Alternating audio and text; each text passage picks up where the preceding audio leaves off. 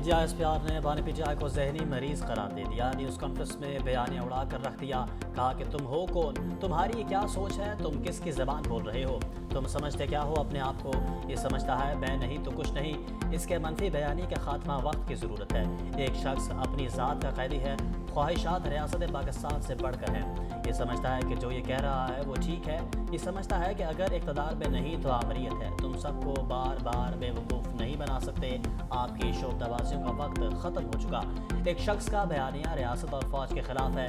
9 مئی کو G H Q پر حملے کرنے والے بھی یہی لوگ تھے۔ بغیر کسی ابہام کے کلیئر کرنا چاہتے ہیں کہ اب کسی کا بیانیہ نہیں چلے گا۔ تاریخ میں پاک فوج نے کسی شخص کے بارے میں ایسے بات نہیں کی، ماضی میں کسی سیاستدان نے یہ کام نہیں کیا۔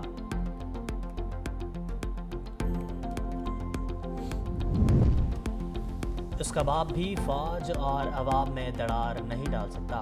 ہم کہیں نہیں جا رہے، پاکستان کی فوج کھڑی ہے، کھڑی رہے گی۔ تم کون ہو جو غداری کے سرٹیفکیٹ بانٹ رہے ہو؟ اپنے آپ کو عقل کل سمجھنے والا دوسروں کو غدار کہتا پھر رہا ہے۔ ترجمان پاک فوج نے کہا کہ ہم نے اس ریاست کے تحفظ کی قسم کھائی ہے۔ تمہارے پاس ایک صوبے کی حکومت ہے، اس پر بات کیوں نہیں کرتے؟ 3 دن پہلے بیانیہ دیا خارجیوں سے بات کی جائے، دہشت گرد بچوں کو شہید کر رہے ہیں، یہ کہہ رہا ہے کہ مذاکرات کیے جائیں۔ کہتا تھا پشاور میں دہشت گردوں کا دفتر کھولا جائے، بھیجو اپنی اولاد کو فوج میں اور خوارج کے آگے کھڑا کرو۔ تم نے تو اپنی اولاد کو باہر رکھا ہوا ہے۔ D G S P R نے کہا کہ ریاست پاکستان کا موقف ہے، فتنت اور خوارج سے بات نہیں ہوگی۔ اگر کوئی سمجھتا ہے کہ اس کی ذات اور سیاست ملک اور عوام کی جان و مال سے بڑی ہے تو وہ غلط سمجھتا ہے۔ پاکستان میں جھوٹ اور فریب کا کاروبار مزید نہیں چل سکتا۔ کتا بھونک رہا ہو تو زیادہ پریشان ہونے کی ضرورت نہیں۔ D G S P R کا وزیر اعلیٰ خیبر پختونخوا سے متعلق سوال پر جواب۔ خیبر پختونخوا میں گورنر راج لگانے کا فیصلہ حکومت کا ہے، فوج کا اس سے کوئی لینا دینا نہیں۔ خیبر پختونخوا پولیس قربانیاں دے رہی ہے، کیا آپ اسے مضبوط کر رہے ہیں؟ D G S P R کا کہا کہ دہشت گردی ایک دن میں ختم نہیں ہوگی، اس کے لیے سیاسی مرضی کی ضرورت ہوگی۔ اب ملک میں جنگ لڑ رہے ہیں، انٹیلیجنس بیسڈ آپریشن ہو رہے ہیں۔ اب نے کبھی افغانستان رجیم سے بات کرنے سے انکار نہیں کیا۔ فوج نہیں، حکومت ریاست ہوتی ہے، فوج ریاست کا ایک ادارہ ہے۔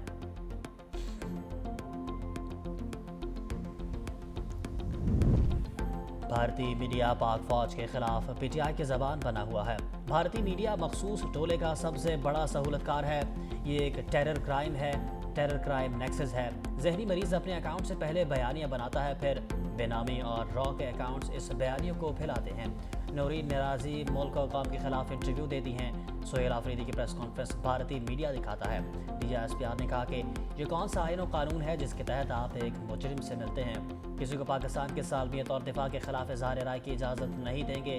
اگر اس کے دور میں بھارت حملہ کرتا تو ذہنی مریض کشکول لے کر بھارت سے بات چیت کے لیے چل پڑتا۔ بات چیت کا بخار تو ان کو پہلے سے ہے، بھیک سے کبھی سیکیورٹی نہیں ملتی، ورنہ لیبیا اور غزہ کا برا حال نہ ہوتا۔ سی ڈی ایف کے نوٹیفیکیشن پر پروپیگنڈا کیا گیا، سوشل میڈیا پر جھوٹ کا سیلاب تھا، اپنی مرضی سے سی ڈی ایف کا جعلی نوٹیفیکیشن چلا گیا۔ D G S P R نے کہا کہ سب کو چیف آف ڈیفنس فورسز کی تعیناتی کی مبارکباد ہو۔ چیف آف ڈیفنس فورسز کے ہیڈ کوارٹرز کا آغاز ہو گیا۔ چیف آف ڈیفنس فورسز کے ہیڈ کوارٹرز کا مقصد جنگی معاملات کے بارے میں آگاہی فراہم کرنا ہے۔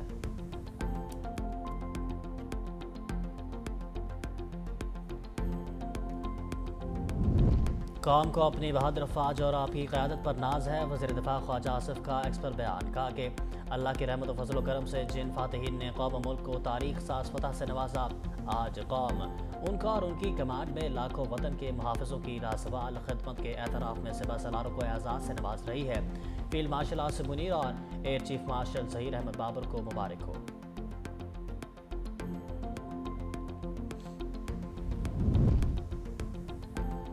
باہر بیٹھے بگوڑوں اور ملک میں سینئر صحافیوں نے پروپیگنڈا کیا کہ لڑائی ہو گئی، دراڑ پڑ گئی، اللہ کا فضل، سب کو ناکامی ہوئی۔ وزیر اطلاعات عطا تڑ کی پارلیمنٹ ہاؤس میڈیا سے گفتگو، کہا کہ جنہوں نے جھوٹے دعوے کیے ان کو قوم سے معافی مانگنی چاہیے۔ اڈیالہ جیل کے باہر ملک دشمنی کی اجازت نہیں دیں گے۔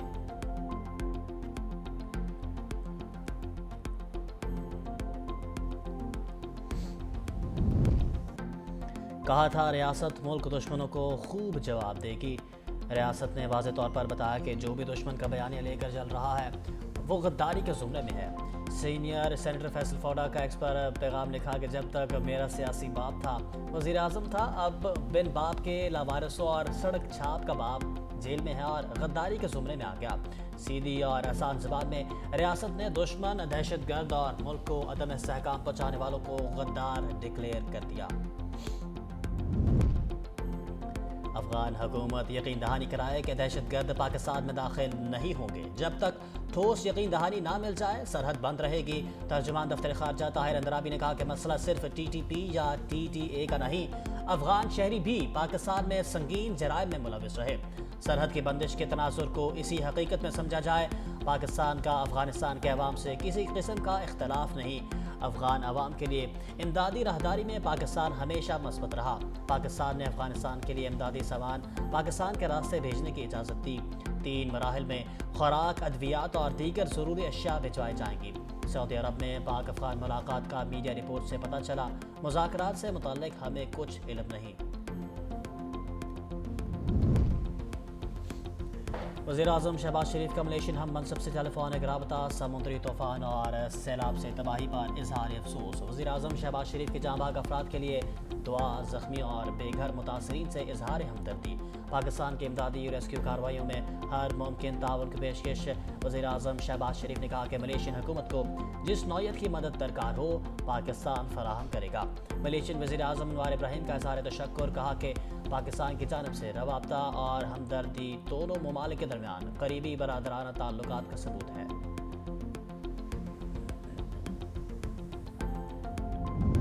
مالی مسائل صوبوں کو دینا غلطی نہیں تھی، 18ویں ترمیم کو غلط سمجھنے والوں کے لیے NICVD مثال ہے۔ سندھ حکومت میں سندھ میں دل کے علاج کا سب سے بڑا نیٹ ورک بن چکا۔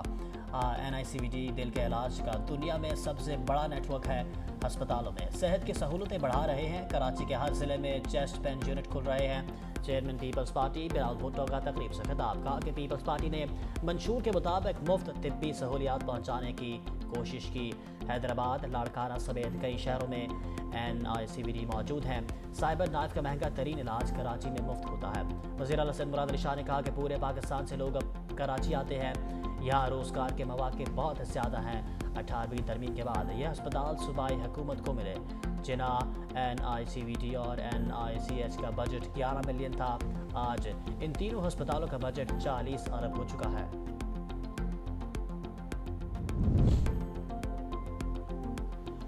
PTI رہنما شہزاد اکبر اشتہاری قرار، عدالت نے شہزاد اکبر کو اشتہاری قرار دینے کا تحریری آرڈر جاری کر دیا۔ جوڈیشل میجسٹریٹ محمد بادشاہ نے تحریری آرڈر جاری کیا۔ عدالت کا شہزاد اکبر کے وارنٹ گرفتاری جاری کرنے کا بھی حکم۔ مرزا شہزاد اکبر کے خلاف ایکس پر متنازع بیانات کی بنیاد پر مقدمہ درج ہے۔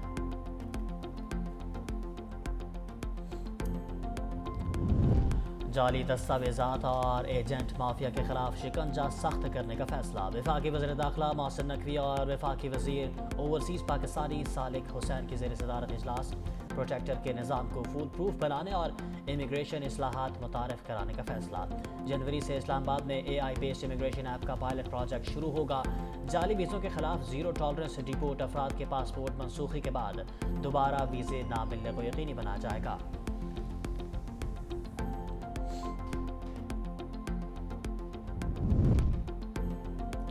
پنجاب میں رشوت، بدسلوکی اور الزام کی کوئی گنجائش نہیں۔ پیر افروز کی ہر کارروائی اب کیمرے میں ریکارڈ ہوگی۔ وزیر اعلیٰ مریم نواز شریف نے پیر افروز کی کارکردگی اور شفافیت بڑھانے کے لیے جلد از جلد باڈی کیم لگانے کا حکم دے دیا۔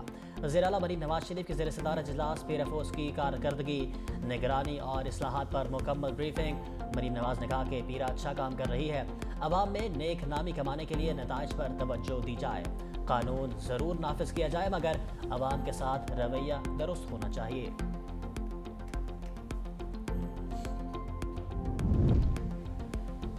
جسٹس طارق محمود جہانگیری کے جعلی ڈگری کیس میں اہم پیش رفت۔ اسلام آباد ہائی کورٹ نے کراچی یونیورسٹی اور ہائر ایجوکیشن سے ریکارڈ طلب کر لیا۔ چیف جسٹس سرفراز ڈوگر اور جسٹس اعظم خان نے تحریری آرڈر میں کہا کہ ڈگری کا ریکارڈ عدالت میں پیش کیا جائے اور درخواست کے قابل سماعت ہونے کا جائزہ لیا جائے۔ عدالت نے کیس کی سماعت 9 دسمبر کے لیے مقرر کر دی۔ مجاز افسران کو بھی طلب کر لیا۔ ہائر ایجوکیشن کمیشن وکالت کی ڈگری کی تصدیق کے ساتھ ریکارڈ پیش کرے گا۔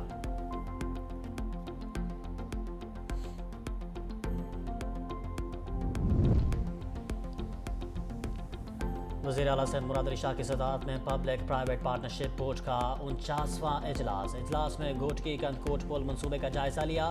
پل کا جون 2027 میں افتتاح ہوگا۔ وزیر اعلیٰ نے پل کو سندھ کی معاشی شاہراہ قرار دیتے ہوئے بلا تعطل تکمیل کے لیے ہدایت دی۔ بورڈ نے محکمہ صحت کے اہم پروجیکٹس کا جائزہ لیتے ہوئے جدید طبی ٹیکنالوجی متعارف کرانے پر پلازما فریکشنیشن فیسلٹی کی پیداوار کی منظوری دے دی۔ منصوبہ درآمدی نصاب کو کم کرے گا اور بین الاقوامی سرمایہ کاری بڑھائے گا۔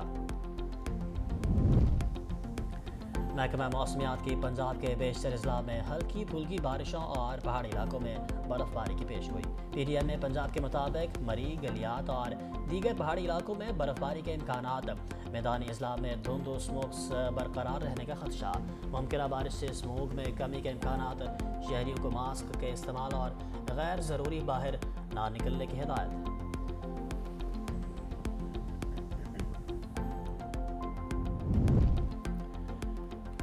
میجر شبیر شریف شہید، پاک فوج کا درخشندہ ستارہ 71 کی جنگ میں دشمن کے عزائم خاک میں ملائے، بارودی سرنگوں اور نہر کے یخبستہ پانی سے گزر کر بھارتی ٹینکوں کو نیست و نابود کیا۔ 6 دسمبر کو مارکا میں دلیری اور بہادری سے مقابلہ کرتے شہادت کے رتبے پر فائز ہوئے۔ قوم کا پاک فوج کے ہیرو کو سلام۔ برطانیہ میں پاکستانی طلباء کے داخلوں پر پابندی، تعلیمی ویزے بند کرنے کا عندیہ۔ برطانوی حکام کا کہنا ہے کہ متعدد طلباء تعلیمی ویزوں پر آنے کے فوری بعد سیاسی پناہ کی درخواستیں دے کر مستقل سکونت کی راہ ہموار کرنا چاہتے ہیں۔ حکومت نے پاکستان اور بنگلہ دیش کو ہائی رسک کیٹیگری میں رکھ دیا۔ تعلیمی ویزے کے لیے شرائط کو مزید سخت کرنے کا فیصلہ کیا۔ سخت اسکروٹنی کے بعد صرف ایسے طلباء کو داخلہ دیا جائے گا جن کا مقصد صرف اور صرف تعلیم حصول ہو۔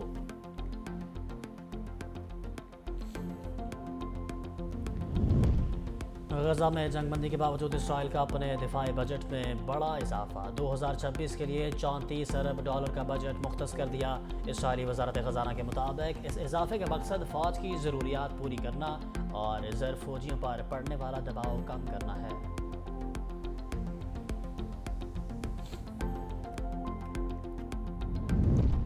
رفح کراسنگ یک طرفہ کھولنے کے اسرائیلی بیانات پر تشویش ہے۔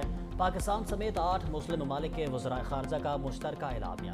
پاکستان، مصر، اردن، متحدہ عرب امارات، انڈونیشیا، ترکیہ، سعودی عرب اور قطر کا کہنا ہے کہ صدر ٹرمپ کے مجوزہ امن منصوبے پر مکمل عمل کیا جائے۔ فلسطینیوں کی جبری بے دخلی کو ہر کوشش کی سخت مخالفت کرتے ہیں۔ فلسطینیوں کو اپنی سرزمین چھوڑنے پر مجبور نہ کیا جائے۔